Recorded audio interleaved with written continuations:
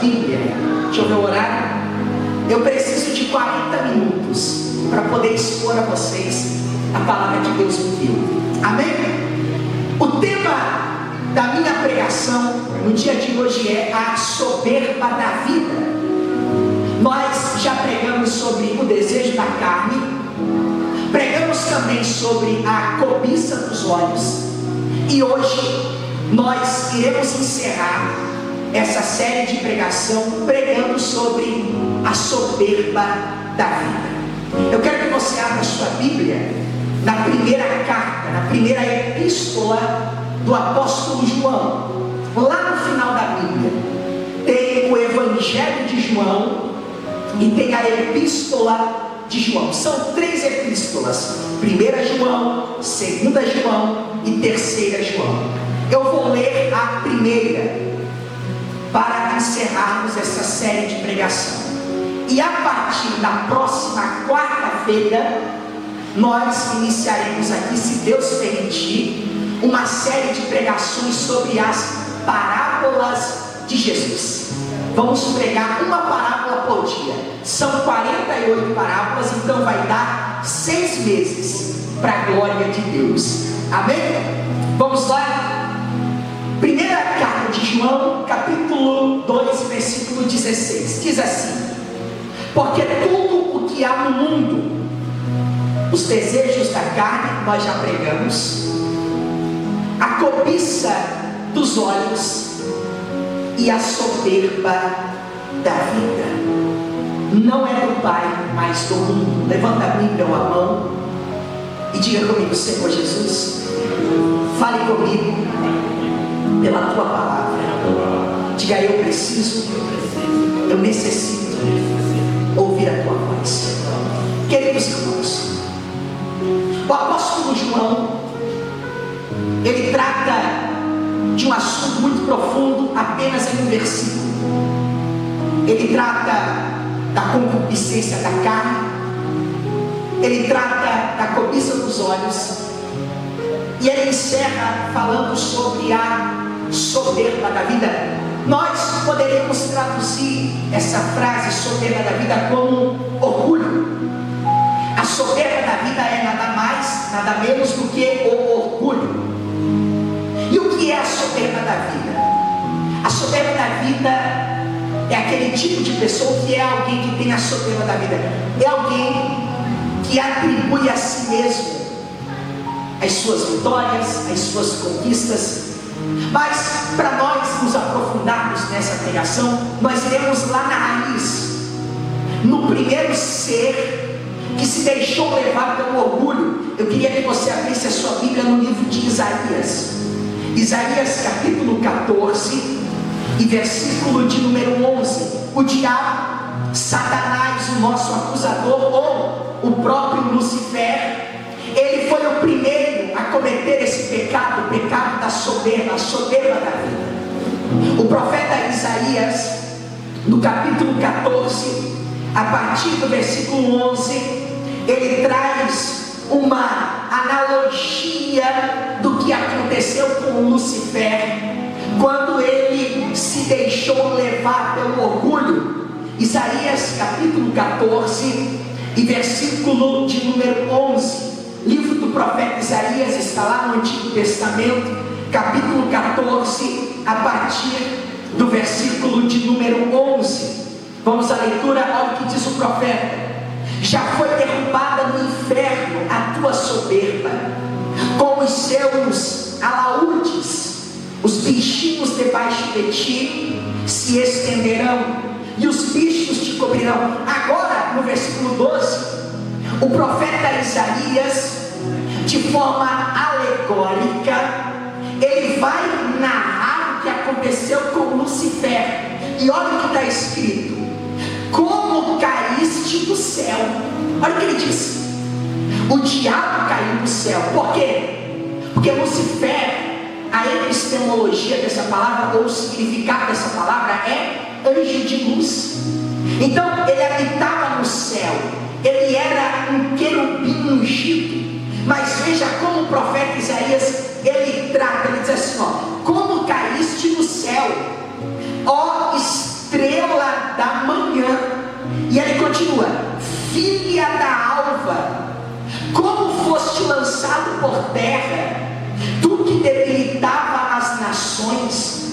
Mas agora, no versículo 13, o profeta Isaías, de forma alegórica, ele vai dizer o porquê que o diabo, ou o porquê que Satanás ele foi derrubado. Olha o porquê, ele diz assim, e tu dizias no teu coração: eu subirei ao céu, e acima das estrelas de Deus. Isso aqui é uma linguagem alegórica. Estrelas quer dizer anjos. No livro do Apocalipse está escrito que o dragão, ele levou consigo 1/3 das estrelas do céu, ou 1/3 dos anjos. Então, quando o profeta Isaías ele escreveu, e ele diz assim, e eu elevarei o meu trono acima das estrelas, ele está dizendo, eu elevarei o meu trono acima dos anjos, acima dos anjos do Senhor. Aí ele continua, veja que profundo, ele diz assim, veja só, exaltarei meu trono, e no monte da congregação me assentarei para os lados do norte, subirei acima das mais altas nuvens, e serei semelhante ao Altíssimo. Veja, o orgulho ou a soberba da vida havia entrado no coração desse querubim ungido, ou desse anjo que foi criado pelo Senhor. E qual foi a consequência? A consequência foi o que Salomão disse em Provérbios. Quer ver? Abre aí, Provérbios, capítulo 16. Livro de Provérbios. Olha qual foi a consequência do que esse querubim ungido intentou. Qual foi o seu intento? Ele disse: eu subirei aos céus, elevarei o meu trono acima dos anjos, e eu serei semelhante ao Altíssimo. E o profeta Isaías disse: mas tu foste derrubado. Por quê? Olha o que Salomão diz, Provérbios capítulo 16 e versículo de número, veja só, versículo 18. Olha a consequência da soberba de Lucifer. Veja só, versículo 18 está escrito, veja só, a soberba precede a ruína. Ele foi soberbo, a soberba da vida derrubou ele, porque está escrito, a soberba ou o orgulho precede a ruína. E ele continua, e a altivez do espírito precede a queda. O que é uma pessoa soberba? É aquela pessoa que pensa que não precisa de Deus. O meu Deus é o meu braço. Olha o que Jeremias diz, Jeremias capítulo de número 17. Veja só, Jeremias capítulo 17 e versículo de número 5. Jeremias capítulo 17 e versículo de número 5. Olha o que o profeta diz: assim diz o Senhor, maldito o homem que confia no homem e faz da carne o seu braço, ou faz da carne a sua força, e aparta o seu coração do Senhor. É o momento da vida do ser humano que ele pensa que não precisa mais de Deus. A minha força é o meu braço, eu tenho dinheiro na conta, eu tenho saúde, eu estou bem. Veja o que o profeta Isaías diz sobre Lucifer, veja o que Salomão diz sobre a soberba, e agora veja o que Jeremias ele diz sobre a soberba da vida. Aquela pessoa que pensa que não precisa de Deus. Uma vez um homem chegou para mim e falou assim: pastor, eu estava trabalhando numa casa lá no Pedra Branca, e era uma mansão, e eu olhei para o dono daquela casa e eu disse assim: como Deus tem te abençoado. E o dono daquela casa olhou para ele e disse assim: ó, o meu Deus, aqui ó, é o meu braço, o meu Deus é o meu trabalho, o meu Deus é eu acordar todo dia de manhã e trabalhar. Então veja, isso é a soberba da vida. É uma pessoa que pensa que não precisa de Deus. É uma pessoa que se coloca, como foi Lucifer, acima das estrelas, ou acima do bem e do mal. Uma pessoa que se acha autossuficiente. Mas Salomão diz: a soberba precede a ruína, e a altivez de espírito precede o quê? A queda. Quem lembra daquele famoso cantor John Lennon? John Lennon, integrante do Beatles, ele chegou a dizer que era mais famoso do que o próprio Jesus. O que aconteceu? Um dos seus, ou um dos que o admiravam, um dos seus fãs, apontou uma arma para ele, se eu não me engano deu 5 tiros e o matou. Porque ninguém pode se colocar acima de Deus. Ninguém pode, no orgulho do seu coração, dizer que não precisa de Deus. Ah, eu não preciso de Deus. Ou dizer não a Deus. Eu dou o meu jeito, eu faço do meu jeito. Queridos irmãos, existem várias histórias, não se sabe se é verdadeira.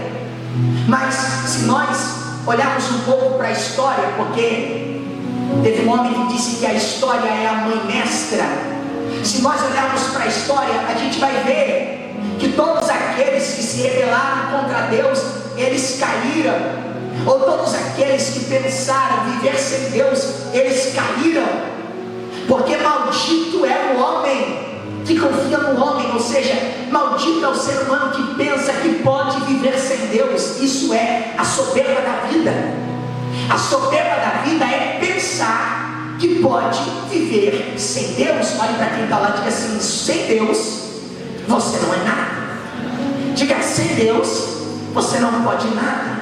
Veja só o que diz o mesmo Salomão no livro de Provérbios, capítulo 29. Olha o que Salomão ele diz sobre o orgulho, sobre a soberba da vida. Provérbios, capítulo 29 e versículo de número 23, ele diz assim, ó: a soberba do homem o abaterá. Veja só, a soberba do homem o abaterá, mas o humilde de espírito encontrará honra. Jesus falou no Sermão do Monte: bem-aventurados pobres ou os humildes de espírito. Ser humilde de espírito não é ser uma pessoa, sabe aquela falsa humilde? Não. Ser humilde de espírito é saber o quanto eu sou pequeno e o quanto Deus é grande. Ser humilde de espírito é saber que eu sou pó e que Deus é todo poderoso. Então Salomão, de forma clara, ele está dizendo: a soberba do homem o abaterá, o derrubará. Eu conheci um homem, e esse homem era muito soberbo, se sentia o melhor e o maior. Ninguém era como ele, ninguém era melhor do que ele, ninguém era tão bom quanto ele. Sabe qual foi a consequência? A queda. Porque a soberba precede a queda. Então João, ele diz que Deus, ele odeia a soberba da vida, e que a soberba da vida não vem de Deus. E para você entender o que é a soberba da vida é aquele que pensa que pode viver sem Deus, ou que atribui a sua força.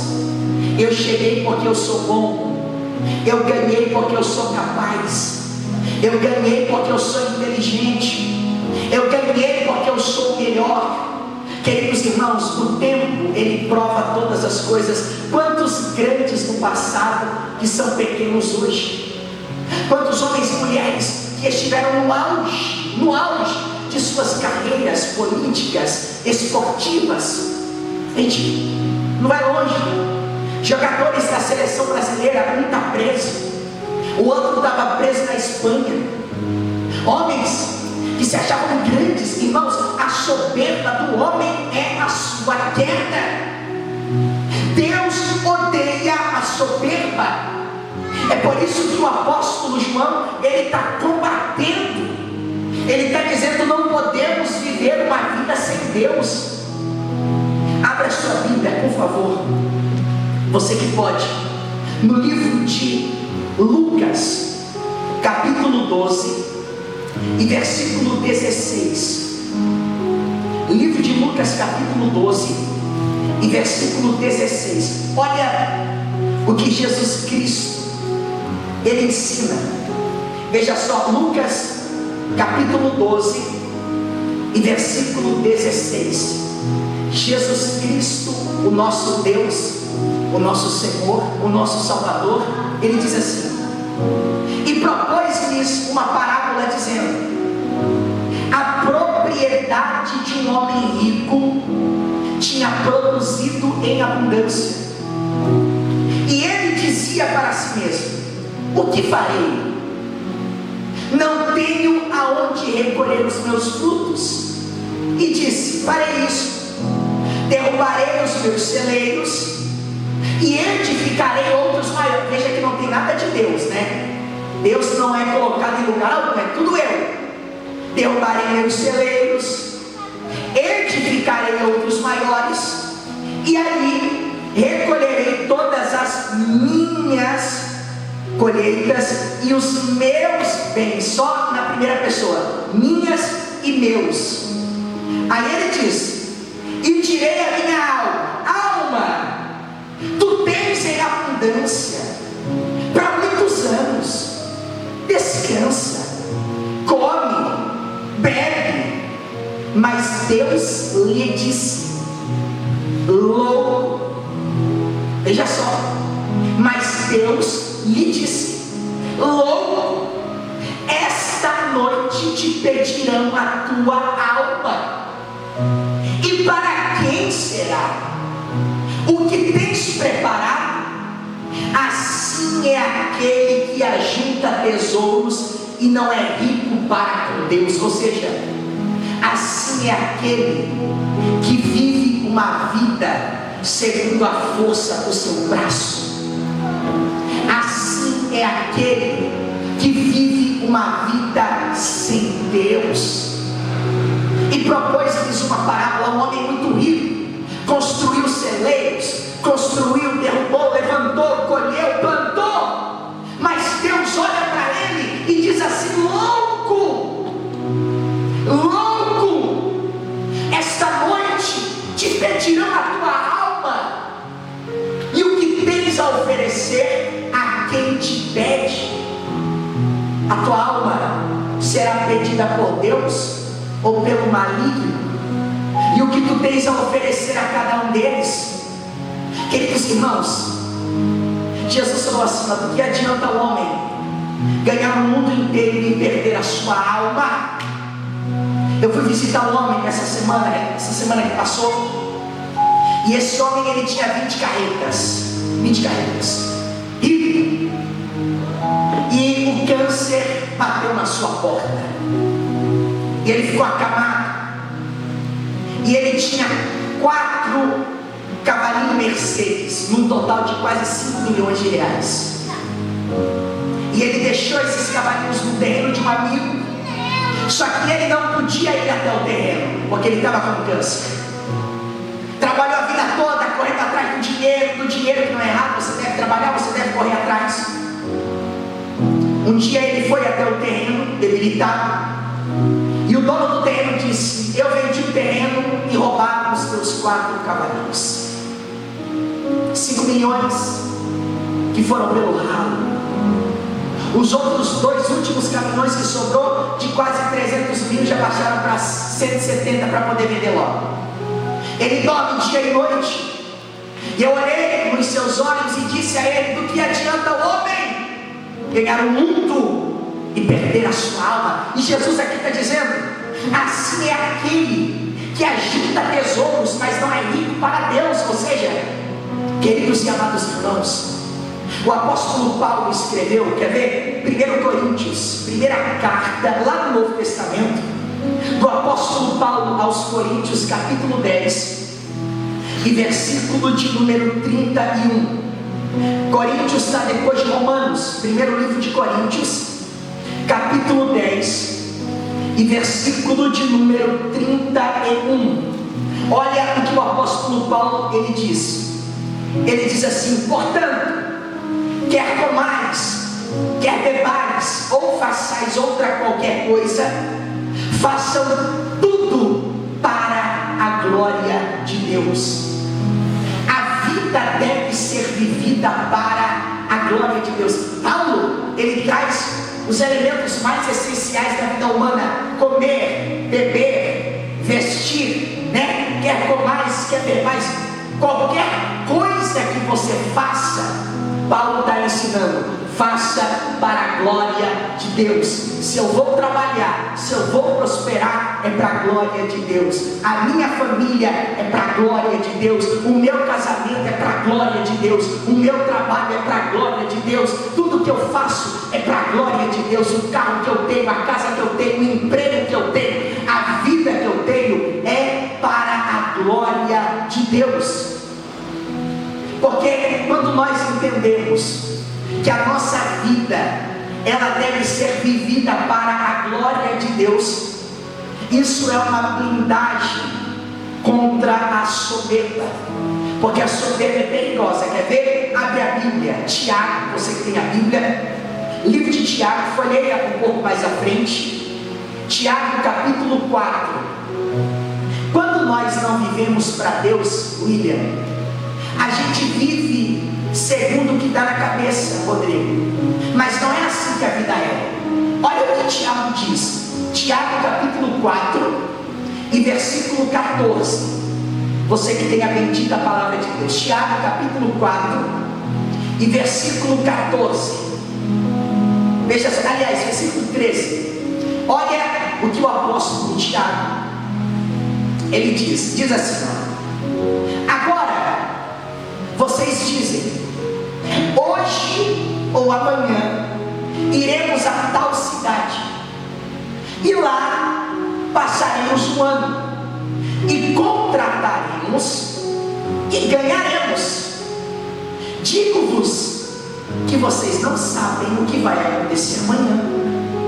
Aí ele continua: o que é a vossa vida? É um vapor que aparece por um pouco e depois desaparece.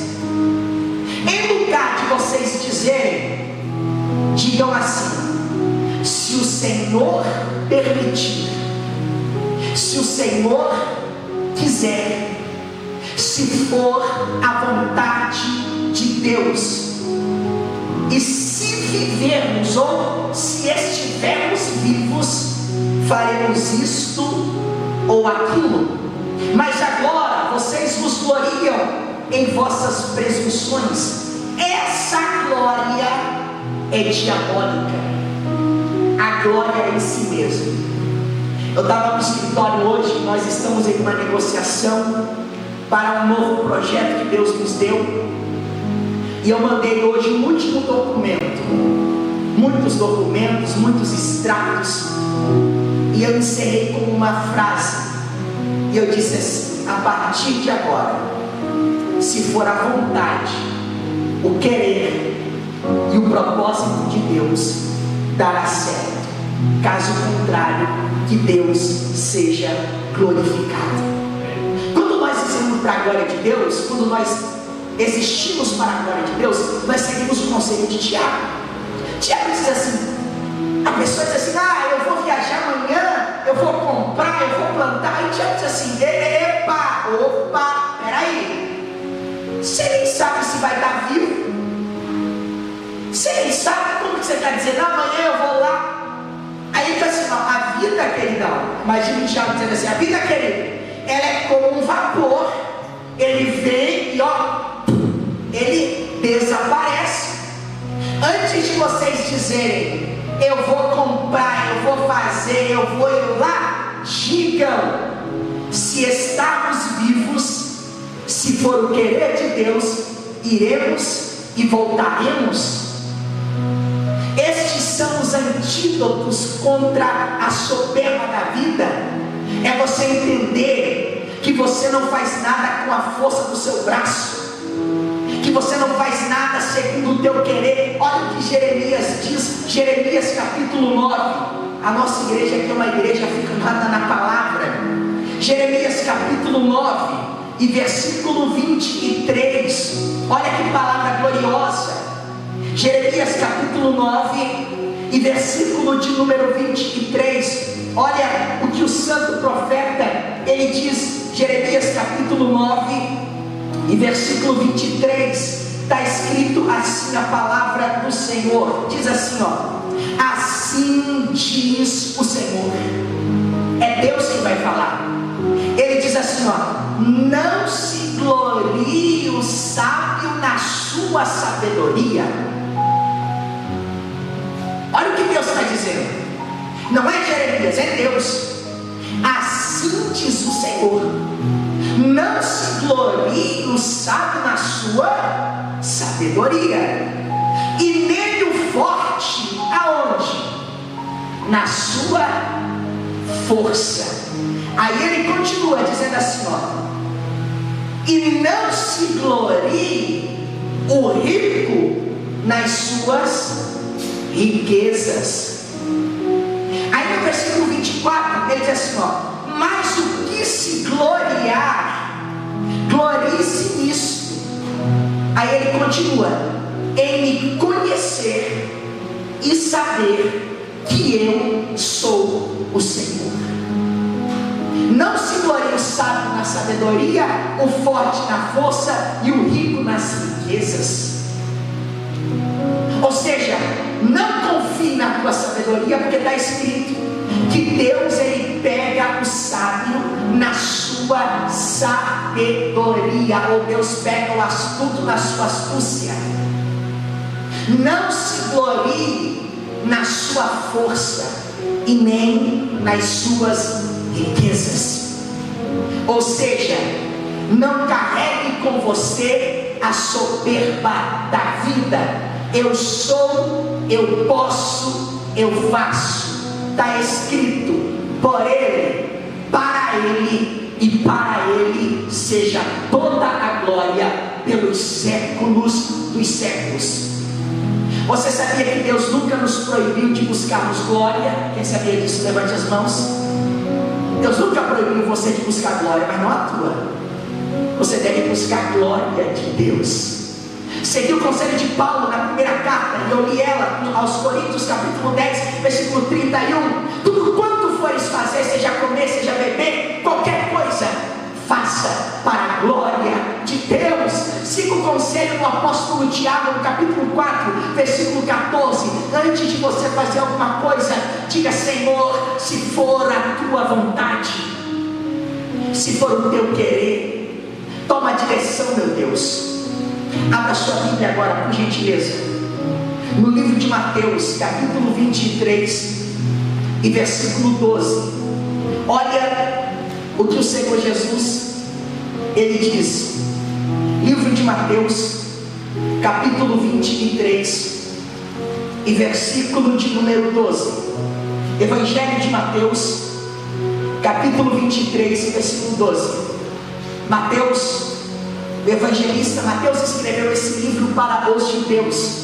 Lucas escreveu para os gentios, para os povos. Mateus capítulo 23 e versículo 12. Olha o que Jesus ele diz: e o que a si mesmo se exaltar será humilhado, e o que a si mesmo se humilhar será exaltado. Olha o conselho de Jesus. E ao que mesmo se exaltar, está escrito, será humilhado. Mas ao que a si mesmo se humilhar, será exaltado. Agora, para nós encerrarmos, primeira carta do apóstolo Pedro. Veja só o que o apóstolo Pedro, em sua primeira carta, no capítulo 5 e no versículo 5, olha o que ele nos ensina. Primeira carta, primeira epístola do apóstolo Pedro, capítulo 5 e versículo de número 6. Vamos a partir do 6. Pedro diz assim, humilhai-vos, pois debaixo da potente mão de Deus. Ou seja, reconheça que você é fraco, que você é pó e que você precisa de Deus. Reconheça que sem Deus você não é nada. Reconheça que você, assim como eu, assim como nós, somos carentes da misericórdia de Deus, da piedade do Senhor, da bondade do Senhor. É por isso que Pedro, o apóstolo, alguém que tinha pecado, tinha negado Jesus, alguém que tinha voltado a pescar, mas quando ele se humilha, Deus o restaura e diz: tu és Pedro, e sobre esta pedra, que sou eu, Jesus estava falando para ele mesmo, e sobre esta pedra eu edificarei a minha igreja. Mas foi alguém que se humilhou. O apóstolo Paulo, um dia, no livro de Gálatas, olhou para Pedro e disse assim: Pedro, tu é hipócrita, porque antes dos enviados de Tiago, da igreja de Jerusalém, chegarem aqui, você estava comendo com os gentios. Agora que os judeus chegaram, você se afastou deles. Sabe o que Pedro fez? Pedro se humilhou, Pedro baixou a cabeça, Pedro não questionou. Sabe por quê? Porque Pedro reconheceu que estava errado. E um dia o Espírito de Deus o repreendeu quando ele foi orar, e ele teve uma visão, e nessa visão ele via um lençol que descia do céu, e ele via alguns animais impuros, e a Bíblia diz que uma voz do céu dizia a ele: coma. E ele respondia: eu sou judeu, eu não como coisas impuras. E a voz do céu respondia: não chame de impuro aquilo que eu já purifiquei. Aí a voz do céu dizia: Pedro, vai vir um grupo de pessoas, e você vai até a casa de um gentil que é um soldado romano, porque ele é meu servo. Então Pedro era um homem que poderia dizer com propriedade o que ele disse: humilhai-vos, pois, debaixo da potente mão de Deus, para que a seu tempo ele vos exalte. Aí no versículo 7 ele diz assim, ó: lançando sobre ele, lançando sobre quem? Jesus, toda a vossa ansiedade. Conclui para mim o que está escrito. O que está escrito aí? Porque ele tem o que? Abandonado vós? Esquecido de vós? Está escrito: porque ele tem cuidado de vós. Veja só, porque ele tem cuidado de vós. E eu encerro essa palavra dizendo: se a tua confiança está em Deus, no Senhor, essa palavra é para você. Lance sobre ele toda a sua ansiedade. O que Jesus falou? Não andeis ansiosos, nem pelo que haveis de comer, nem pelo que haveis de beber, e nem pelo que haveis de vestir. Não é a vida mais do que o alimento? Não é o corpo mais do que as vestes? Ou vocês não sabem que os pássaros não têm celeiro e não plantam, contudo o vosso Pai não vos deixa sem o alimento?